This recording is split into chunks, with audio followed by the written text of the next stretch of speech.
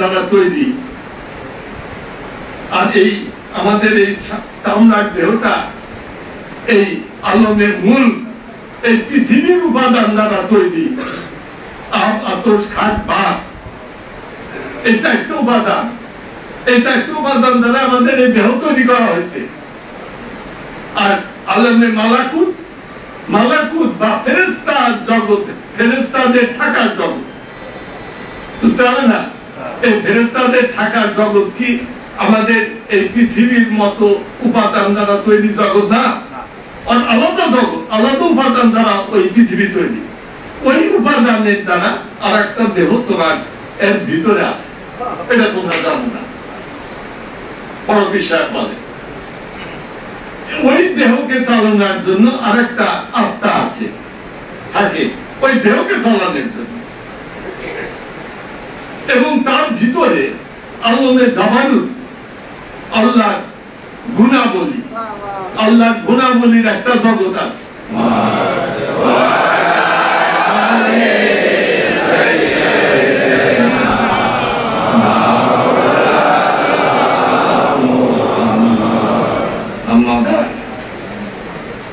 আজকে পবিত্র ঈদুল ফিতরের দিন।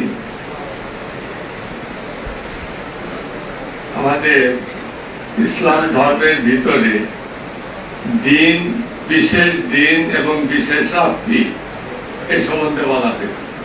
বিশেষ বিশেষ দিন, বিশেষ বিশেষ রাত্রি, এগুলো আমাদের জীবনের সঙ্গে, ধর্মীয় জীবনের সঙ্গে একত্রিত করে দেওয়া হয়েছে। এগুলোকে বাদ দিয়ে আমরা চলতে পারবো, রাতকেও বাদ দিয়ে চলতে পারবো না, দিনকেও বাদ দিয়ে চলতে পারবো। এই জন্য বলা হয় যে লাইলাতুল কদর, লাইলাতুল কদর, কদরের রাত, লাইলাতুল বারাত, বারাতের রাত, লাইলাতুল মিরাজ, মিরাজ শরীফের রাত, লাইলাতুল মিলাদুন নবী সাল্লাল্লাহু আলাইহি ওয়াসাল্লাম, দয়াল নবীজির পবিত্র যে জন্মের রাত্রি, পবিত্র জন্মের রাত্রি লাইলাতুল মিলাদ, মিলাদুন নবী সাল্লাল্লাহু আলাইহি ওয়াসাল্লাম। আর এই যে লাইলাতুল মিলাদুন নবী সাল্লাল্লাহু আলাইহি ওয়াসাল্লাম, এই যে রাত্রিটা, এই রাত্রিটা সমস্ত রাত্রি বা সমস্ত দিনের মা, উম্মু, উম্মু সমস্ত দিনের মা। এর থেকেই সবকিছু হয়েছে এই লাইলাতুল মিলাদুন নবী সাল্লাল্লাহু আলাইহি ওয়াসাল্লাম। আজকে দিন ইয়ামুল ঈদ, ইয়ামুল ঈদ বলা হয়, ঈদের দিন। ঈদ, ঈদুল ফিতর, ফিতর শব্দটা ইফতার, ফিতর, এগুলো একই মূল থেকে আসছে, যে ভঙ্গ করা। ইফতার করি আমরা, ইফতার, ইফতারটা কি? ভঙ্গ করা। কি ভঙ্গ করে না? কোন কিছু একটা লাঠি আছে, লাঠিটা ভেঙে দিলে না, সারা দিনের যে রোজা উপবাস ওটাকে ভঙ্গ করে দিতেন। আমরা দিতাম কখন? ইফতারের সময়। সারা দিন উপবাস করে ইফতারের সময় আমরা রোজাকে ভাঙতাম। এই জন্য ওর নাম দেওয়া হয়েছে ইফতার। ইফতার করতাম, রোজাকে ভাঙতাম।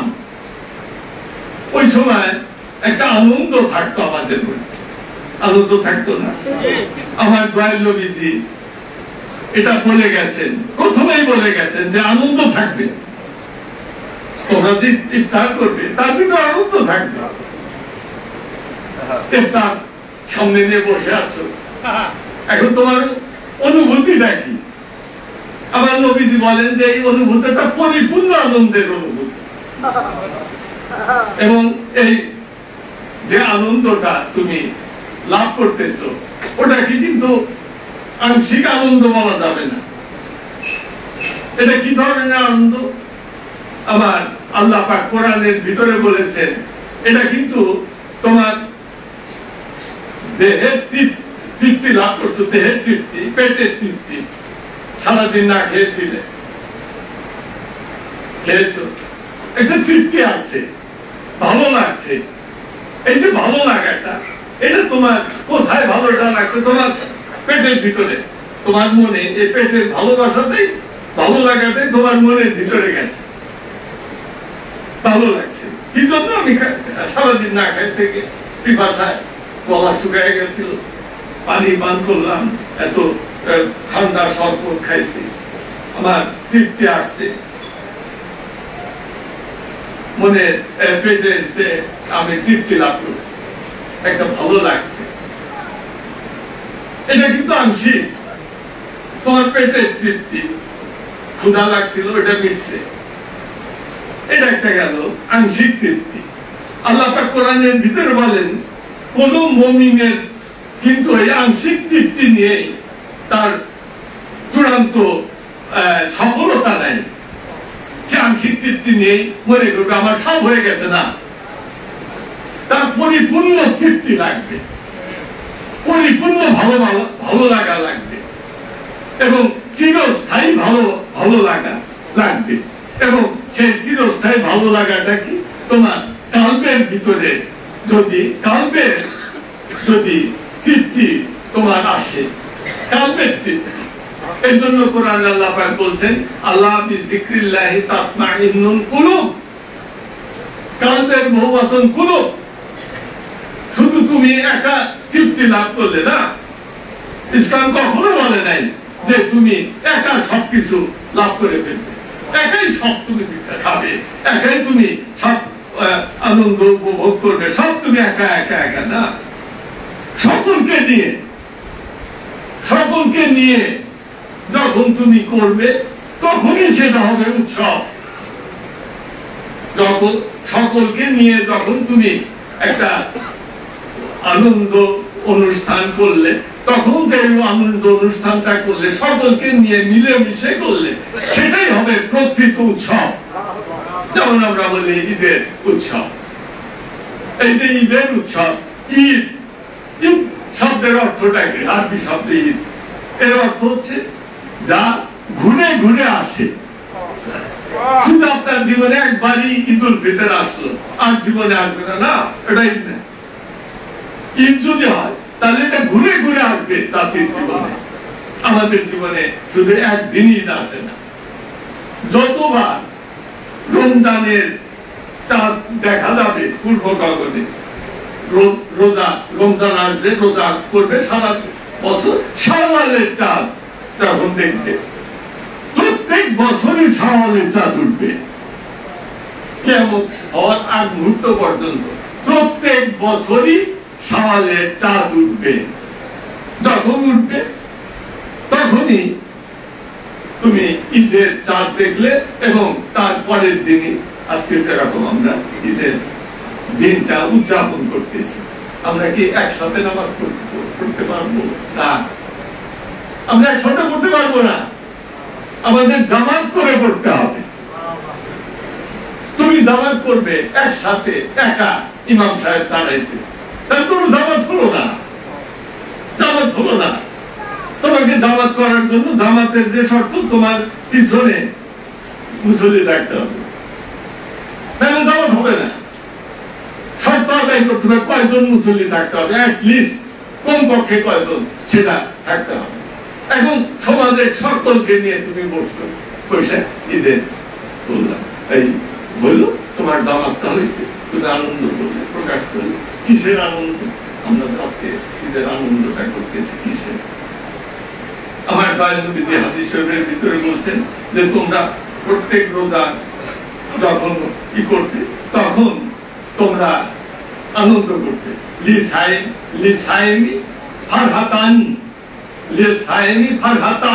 নবীজি বলেন প্রত্যেক সায়েম মানে রোজাদারদের জন্য দুইটা আনন্দ, ফারহাতুন ইনদা ফিতরি ও ফারহাতুন ইনদা লিকাই রাব্বিহি। যখন তুমি ইফতার করো তখন ওই রোজাদারের আনন্দ, এটাই কি সব আনন্দ না? আমার নবীজি বলেন যে পরের যে আনন্দ, আগের আনন্দটা তোমার শুধু পেটের তৃপ্তি, কিন্তু পরের আনন্দ যেটা আমার নবীজি বললেন সেটা হচ্ছে আল্লাহর সঙ্গে মিলনের আনন্দ। ওইটা কি তোমার পেটের আনন্দ? পেট তৃপ্তি হয়েছে, এটা আনন্দ ছিল না, তোমার কালবের তৃপ্তি। এই জন্য বাবা নবীজি বলছেন যে ওই প্রথম আনন্দ নিয়ে লাভাইতেছ না, আসল আনন্দ এটা কই? এটা হচ্ছে ফারহাতুন, ফারহাতানি, দুইটা আনন্দ। তার একটা হচ্ছে ফারহাতুন ইনদা লিকাই, ফারহাতুন ইনদা ফিত্রি ও ফারহাতুন ইনদা লিকাই রাব্বি। প্রথমটা হচ্ছে তোমার একটা ভঙ্গ করছো, উপবাস ভঙ্গ করে পেটের তৃপ্তি লাভ করছো, এটা একটা আনন্দ, ঠিক আছে, কিন্তু এটা আংশিক, এটা আংশিক, দরকার আছে আংশিক। কিন্তু চিরস্থায়ী যে আনন্দ সেটা তোমার কালবের আনন্দ। আমাদের যারা খাজা বাবা অনুসারী আমরা যারা আছি, আমরা এই একটা শিক্ষার উপরে খাজা বাবা গুরুত্ব দিছে, আল্লাহ কোরআনে গুরুত্ব দিছে, নবীজি হাদিস শরীফের ভিতরে গুরুত্ব দিছে, খাজা বাবা সেই শিক্ষাটাই আমাদেরকে জানিয়ে দিয়েছে, প্রচার করছে। সেটা কি? সেটা হচ্ছে আমাদের কালবের ভিতরে জেকের শিখতে হবে। একটা কথাই যে কালবের ভিতরে জেকের শেখো, জেকেরটা তোমার কালবের ভিতরে নাও। শুধু জিহ্বাতে জেকের থাকলে চলবে না, শুধু একটা করলে পেটের ভিতরে খাদ্যটা দিলে এতে হবে না, হবে নাকি? হবে না। তাহলে কি করতে হবে? তোমার জেকেরটাকে তোমার শুধু জিহ্বায় রাখলে চলবে না। যেরকম ভাবে তুমি জিহ্বার দ্বারা শুধু পেটের ভিতরে কলতকরণ করলে, খাদ্য খাইলে, এটা করলেই হয়ে গেল না? এটা তো জন্তু জানোয়ারও করে। তাহলে তোমার আর জন্তু জানোয়ারের কি পার্থক্য? এই জন্য বলা হয় যে যখনই তোমার ওই জিকিরটা তোমার জিহ্বার থেকে কালবের ভিতরে যাবে, এখন যাবে কি করে? শব্দ কি করে ভিতরে, শব্দ ভিতরে যেতে পারবে না, কালবের ভিতরে শব্দ যেতে পারে না। শব্দ কালবের ভিতরে কি যায়, কি যেতে পারে? সেটা হচ্ছে নূর, আলো, আলো। এই জন্য আমাদের তরিকার একটা শিক্ষা আছে, সেটা হচ্ছে লতিফার শিক্ষা।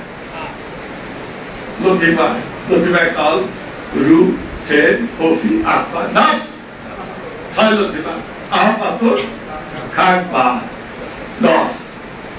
এই প্রত্যেকটা লতিফারই জেকের আছে, প্রত্যেকটা লতিফারই জেকের। এখন তুমি যখন জেকের করবে, এই জেকের করার জন্য কি কি দরকার? বলা হয় যে জেকের তো তুমি করবে, কিন্তু জেকেরের জন্য তুমি কি কি দরকার হবে? তোমার দরকার হবে শক্তি। শক্তি ছাড়া তুমি হাঁটতে পারো না। তোমার শরীরের শক্তি নাই। কিভাবে শক্তি নাই? একজন মানুষ, সুস্থ মানুষ, তাকে তুমি ঘরের ভিতরে বন্দি করে রাখছো, বলতে তাকে বাইরে যেতে দাও না, তাকে কোনো কিছু করতে না, তাকে খাওয়া দাওয়া সবকিছু বন্ধ। কয়েকদিন থাকতে পারবে? দেখলে 15-20 দিন একবার আস্তে আস্তে দুর্বল হয়ে যায়। এরকম একটা পর্যায়ে এত হৃষ্টপুষ্ট মানুষ, সে হয়তো দেখা গেল যে 1 মাস, তারপর আর বিছানা থেকে উঠতে পারে না, এক কদম হাঁটতে পারে না। কেন হাঁটতে পারে না? কেন? যে তার শরীরের থেকে শক্তিগুলো উধাও হয়ে গেছে। এই শক্তিটা আসলো কোথা থেকে? খাদ্য থেকে। খাদ্য থেকে শক্তি আসতো। এই শক্তিটা তো আর সে পায় নাই। এই খাদ্য থেকে শক্তি আসতো, ওই খাদ্য তো তাকে দেওয়া হয় নাই। এই জন্য আস্তে আস্তে সে দুর্বল হয়ে গেছে, হাঁটতে পারে। সেই রকম ভাবে খাজা বলছেন যে রুহানি গেজা, রুহানি গেজা, গেজাউন শব্দের অর্থ হচ্ছে আরবি শব্দ, যার অর্থ হচ্ছে খোরাক। রুহানি গেজা, রুহের খোরাক। রু কি? রু মানে আত্মা। রু মানে আত্মা। হযরত ফরকির আব্দুল কাদের জিলানী রাহমাতুল্লাহ আলাইহি বলেন যে তুমি শুধু সারা জীবন একটা রুই করলে, শুধু একটা রুর কথা মনে করলে যে আমার ভিতরে আত্মা একটা না, তোমার ভিতরে একটা আত্মাও নাই, একটা আত্মাও নয়, এবং তোমার শরীরে তুমি যে দেহটা দেখো শুধু এই দেহই তোমার একটা দেহ না, এর ভিতরে তোমার এই চামড়ার দেহের ভিতরে আরো দুইটা দেহ আছে, এবং এই চামড়ার দেহের যেরকম একটা দেহকে চালনা করার জন্য যেরকম একটা আত্মা তাকে নাফস বলা হয়, সেরকম ভাবে এই দেহের ভিতরে যে আরেকটা দেহ যেটা আলমে মালাকুতের উপাদান, আল্লাহর গুণাবলী জগৎ কি উপাদান দ্বারা তৈরি ওই জ্ঞান তোমার নাই, যে তোমাকে বুঝায় বলবে কেউ, এই জ্ঞান নাই যে বুঝায় বলা যাবে যে আলমে জাবারুত আল্লাহর সেবতী জগতের যে জগৎটা ওটা কিভাবে তৈরি করছে আল্লাহ, এটা বোঝানো যাবে? আল্লাহ সেবতের জগৎ, সেই সেবতের জগতে আল্লাহর সব গুণাবলী থাকে, ওই জগৎটা আল্লাহ পাক কোন উপাদান দ্বারা তৈরি করছে এটা বোঝানো যাবে? বোঝানো যাবে না। খুব কম জ্ঞান দান করা হয়েছে মানুষদেরকে, আল্লাহ পাক কোরআনে বলছেন তোমাদেরকে খুব কম জ্ঞান দান করা হয়েছে আত্মা সম্বন্ধে। এখন এই যে আলমে জাবারুত উপাদান দ্বারা তোমার আরেকটা এই আলমে মালাকুতের উপাদান দ্বারা যে দেহ, এই আমার চামড়া দেহের মধ্যে তার ভিতরে আরেকটা দেহ, সেটা আলমে জাবারুত দ্বারা তৈরি, এবং সেই আলমে জাবারুত ওই দেহকে চালনার জন্য একটা রু আছে, আলাদা রু, ওই রুর নাম হইতেছে রুহে সুলতানি। আর এই মালাকুত, আলমে মালাকুত উপাদান দ্বারা যে দেহটা এই চামড়া দেহ ঠিক ইমিডিয়েট ভিতরে, ওইটাকে চালনা করার জন্য যে রু, ওর নাম হচ্ছে রুহে রুহানি, এবং তার আলমে জাবারুতের দেহের ভিতরে ওই জায়গায় হইতেছে রুহে কুদসি, ওইটা হইতেছে আল্লাহর রূহ, পরম রূহ। এখন এই রুহের খোরাক বলা হয় রুহানি গেজা, রুহের খোরাক। কোন রুহের খোরাক? কোন রুহের খোরাক? খোরাক তো সবাইকে দেওয়া লাগবে, খালি একটা রুহের দিলে হবে নাকি? তোমার সব রুহের খোরাক দেওয়া লাগবে, নফসের খোরাক দেওয়া লাগবে না, নফসের খোরাক দেওয়া লাগবে না। এই যে তোমার দেহের, এই দেহের যে রূপ, এই রুহের খোরাক দেওয়া লাগবে না। এই সমস্ত কিছুকে সামনে রেখে যে আমাদের যে ইবাদত বন্দেগী আল্লাহ পাক ইসলামের ভিতরে দিয়ে দিয়েছে, তার ভিতরে প্রোগ্রাম করে দেওয়া হয়েছে। আমি যে রোজা করবো, রোজার ভিতরে আল্লাহ পাক প্রোগ্রাম সেট করে দিছে, এই রোজার দ্বারা কি হবে, আমার কোন দেহের খোরাক কিভাবে আসবে, এই জিসমানি দেহের খোরাক কিভাবে আসবে, রুহে রুহানি খোরাক কিভাবে আসবে, রুহে সুলতানির খোরাক কিভাবে আসবে, রুহে কুদসি। এইভাবে কিন্তু অগ্রসর হয়। আমরা রোজা করতেছি, রোজা করলাম, এখন ঈদুল ফিতর। ঈদুল ফিতর মানে কি? ঈদুল ফিতর অর্থ হচ্ছে ইফতারের যে ঈদ, ইফতারের আনন্দের ঈদ। ওই পুরা দিনটাই ইফতারের। ওই সময় তো আমি সূর্য ডোবার পরে ইফতার করছি, আর এখন পুরা দিন এক মাসের জন্য আল্লাহ পাক ইফতার করে দিচ্ছে দিনটাকে। তাহলে আরো বড় হয়ে গেছে না? এই দিনটাই ইফতারের, দিনটাই আনন্দের। আর ওই ঈদের দিনে যদি তুমি পরীক্ষায় পাস করে যাও, হযরত মাওলানা বলছিলেন, হযরত ওমর ফারুক রাদিয়াল্লাহু তাআলা ঈদের দিনে কাঁদতেছেন দরজাকে, সাহাবায়ে কেরাম ঈদের জামাতে যায়, আমাদের আসল লোকই নাই, খলিফাতুল মুসলিমিন, উনি নাই, উনি খুঁজতে খুঁজতে যায়, দেখেছে ওরা ঘরের ভিতর দরজা ভিতর থেকে বন্ধ করে ভিতর থেকে কাঁদতেছে। পরে সাহাবায়ে কেরামরা দরজা খুলে, হুজুর আপনি ভিতরে কেন? আজকে কি জন্য তোমরা এই করো? আজকে 3 দিন। ঈদের দিন নবীজি হযরত ওমর ফারুক বলতেছেন যে আজকে কি দিন? ঈদের দিন, ইয়াউমুল ঈদ। ঠিক আছে, তিনি বললেন যে এটা ইয়াউমুল ঈদ ও ইয়াউমুল ঈদ। ঈদ মানে আনন্দের, পুরস্কার দানের দিন। আবার এই ঈদ ও শাস্তি দানের দিনও, এটা মনে রাখবে। এই ঈদ আনন্দ দানের দিন, এই ঈদ শাস্তি দানের দিন, পুরস্কার দানের দিন আজকে, এবং আজকের এই দিন শাস্তি দানের দিন। এই জন্য আমি দরজাকে কাঁদতেছি। আমি জানি না আনা মিনাল মাকবুলিন ও আনা মিনাল মাতরুদিন। আমি জানি না আমার এই পরীক্ষা, এক মাস ব্যাপী আমি পরীক্ষা দিলাম, রোজা করলাম, পরীক্ষা দিলাম, এই পরীক্ষায় আমি কি পাস করছি? আনা মিনাল মাকবুলিন, আমাকে কি কবুল করা হয়েছে? ও আনা মিনাল মাতরুদিন, না আমাকে প্রত্যাখ্যান করা হয়েছে? যদি কবুল করা হয়ে থাকে তাহলে প্রকৃত আমার জন্য ঈদ, আর যদি কবুল না করে প্রত্যাখ্যান করা হয়ে থাকে তাহলে আজকের দিনটা আমার জন্য শাস্তি দানের দিন।